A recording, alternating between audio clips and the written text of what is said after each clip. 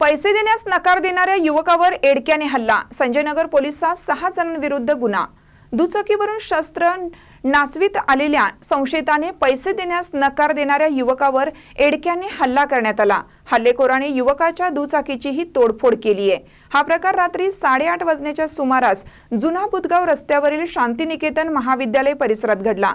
याबाबत जखमी इलेश दयानंद एवळे वय वर्ष 26 राहणार लक्ष्मीनगर गोसावी गल्ली यांनी संजयनगर पोलीस ठाण्यात फिर्याद दिली आहे।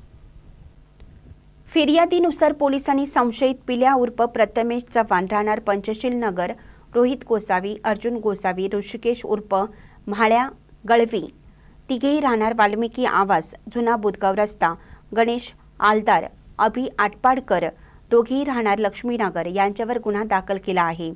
पोलिसांनी दिलेल्या माहितीनुसार रात्रीच्या सुमारास फिर्यादी इलेश एवळे हे त्याचा मित्र वसीम करीम याला पैसे देण्यासाठी मयुरेश लोखंडे यांच्या समवेत बोलत थांबले होते। यावेळी संशयित 6 जण दोन दुचाकीवरून तेथे आले। हातातील 2 एडके दाखवत त्यांनी दहशत निर्माण केली। त्यानंतर फिर्यादी इलेश एवळे यास शिवीगाळ करून पैशाची मागणी केली। यावेळी एवढे यांनी कसले पैसे अशी विचारणा संशयितांना करून ते लक्ष्मीनगर रस्त्याच्या दिशेने पळत सुटले।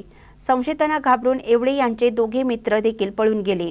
दरम्यान संशयित पिल्या चव्हाण यांनी फिर्यादी एवढे यांचा पाठलाग करून त्यांच्याकडे असलेल्या एडक्याने पाठीत वार केला। त्यामुळे एवढे खाली पडले। यानंतर अन्य संशयितांनी त्यांना लाथाबुक्यांनी मारहाण केली। तसेच फिर्यादी यांच्या मित्राच्या 2 दुचाकीवर एडक्याने मारून वाहनांचं नुकसान केल्याचे फिर्यादीत नमूद केलं आहे। महानकरी न्यूजसाठी आदिमाने, मिरज। ताज्या बातम्यांसाठी महानकरीला सबस्क्राइब करा आणि बेल आयकॉनला क्लिक करा।